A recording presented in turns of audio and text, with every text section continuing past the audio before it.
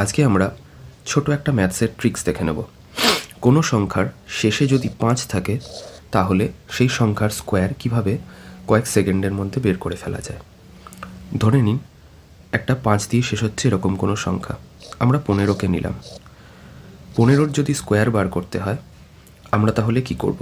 লাস্টে যখনই 5 থাকবে আমরা আগেই 5-এর যেটা স্কোয়ার হয় অর্থাৎ 25 সেটা আমরা আগেই লিখে নেব।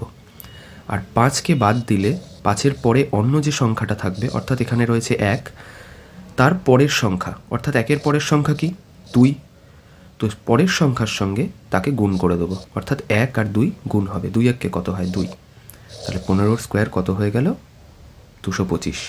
ঠিক একইভাবে এখন আমাদের যদি কেউ 45-এর স্কোয়ার করতে দেয় তাহলে আমরা কয়েক সেকেন্ডের মধ্যে মুখে মুখেই বলে দেবো কীভাবে।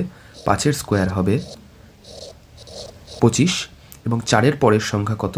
4-এর পরের সংখ্যা হচ্ছে 5 এবং 4 আর 5 আমরা যদি গুণ করি 4 5-এ 20, অর্থাৎ 45-এর স্কোয়ার হবে 2025।